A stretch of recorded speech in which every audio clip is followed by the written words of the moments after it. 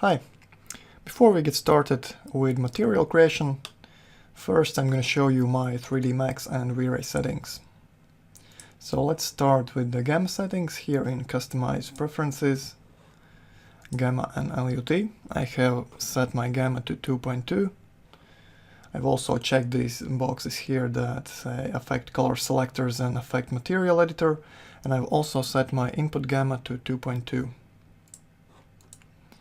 Okay, so now for V-Ray, I've assigned it as my renderer, and here are the main settings you need to know down here in the color mapping. Right, so I'm using the exponential color mapping. I have enabled the subpixel mapping.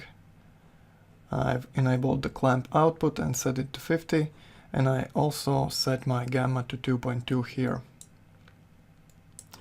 Okay, so the rest is not as important, it just affects the quality. But the main things are the gamma settings and color mapping.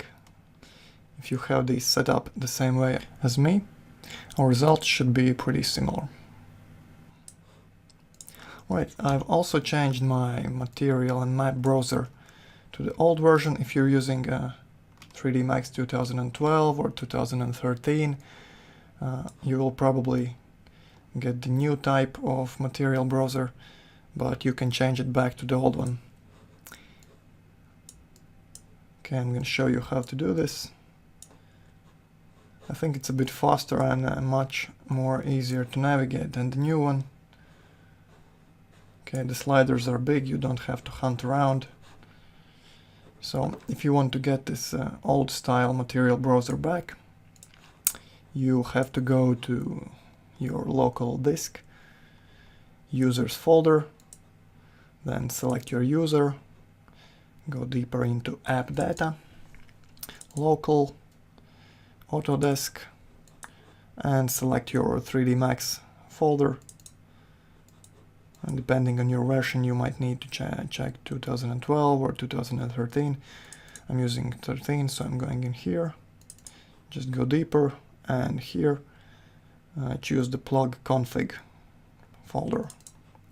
Alright, so once you're here, find the sme.ini file, open it up,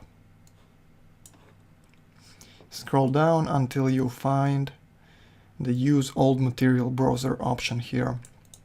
It is probably set to 0, so first close your 3D Max, change this option to 1, save the file, and restart the 3D Max, and you should have your old style material browser. Right, so that's about it, and let's get started.